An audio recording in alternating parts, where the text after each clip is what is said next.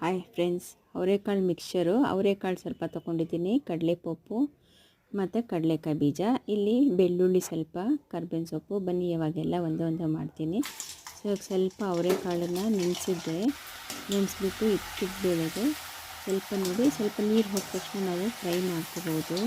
So ಕ್ಲೀನಿಗೆ ಸ್ವಲ್ಪ ಒಂದು 2 ನಿಮಿಷ ಫ್ರೈ ಮಾಡಿ ಒಂದು ಪೇಪರ್ ಮೇಲೆ ಹಾಕ್ಕೊಂಡ್ರೆ ನಿಮಗೆ ತುಂಬ ಚೆನ್ನಾಗಿರುತ್ತೆ. ತುಂಬ ಸ್ವಲ್ಪ ಹಾಕಿ ತೋರಿಸ್ಕೊಂಡಿದ್ದೀನಿ.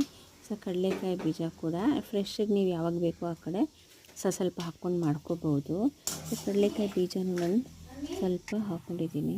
ಅದು ಕೂಡ ಸ್ವಲ್ಪ ಚೆನ್ನಾಗಿ ಫ್ರೈ ಆಗಿದೆ. ಅದು ಕೂಡ ಸ್ವಲ್ಪ ಎಣ್ಣೆ ಹಾಕಿ ತೆಗೆದು ಪೇಪರ್ ಮೇಲೆ ಹಾಕೋಣ. ಎಣ್ಣೆ ಎಲ್ಲ ಅದು ಹೀರ್ಕೊಳ್ಳುತ್ತೆ. ನೆಕ್ಸ್ಟು ಕಡಲೆಪಪ್ಪು ಕೂಡ ಅದು ಕೂಡ ಸ್ವಲ್ಪನೇ ಹಾಕಿದ್ದೀನಿ. ಸೊ ಎಷ್ಟು ಚೆನ್ನಾಗಿರುತ್ತೆ, ನೀವು ಅವಾಗ ಫ್ರೆಶ್ ಸ್ವಲ್ಪನೇ ಮಾಡ್ಕೋಬೋದು. ಅದಕ್ಕೋಸ್ಕರಾಗಿ ನಾನು ಸ್ವಲ್ಪ ಹಾಕ್ಕೊಂಡಿದ್ದೀನಿ. ಕರಿಬೇವು ಸೊಪ್ಪು ಕೂಡ ಸ್ವಲ್ಪ ಅದು ಫ್ರೈ ಮಾಡಿಕೊಂಡು ಅದ್ರ ಜೊತೆಗೆ ಸೇರಿಸ್ಕೊಳ್ತಾ ಇದ್ದೀನಿ.